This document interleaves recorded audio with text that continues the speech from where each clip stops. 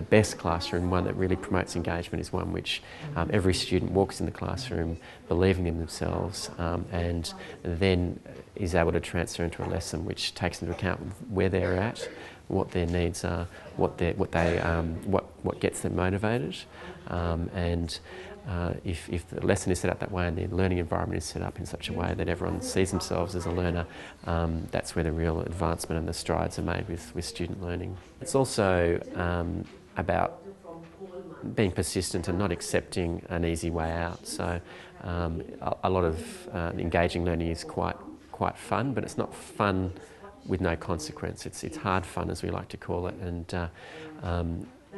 students realise that you're really prepared to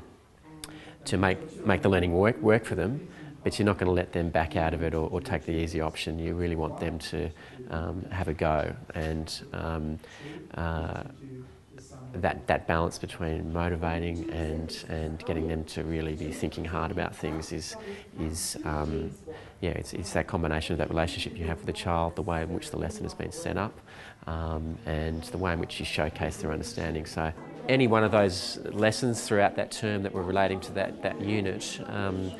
you could walk into the room and you could see kids who were completely absorbed by what they were doing. They were creating their own high expectations for each of their design parks or shopping malls, and really my job at that point was just keeping the learning ticking over, putting those critical questions in there, and creating situations where they could do that self-assessment. And you know, we filmed our presentations that they did to council, and they stood up in the hall, and we assessed each other on how well they persuaded the audience. It's a very different situation to me walking to a classroom and saying, okay, you know,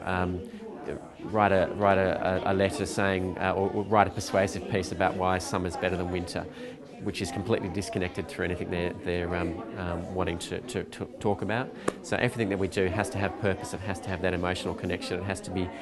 something they have to think hard about to succeed. And if those components are all working together, you've got a very strong learning sequence. I would also expect, and as I have seen, that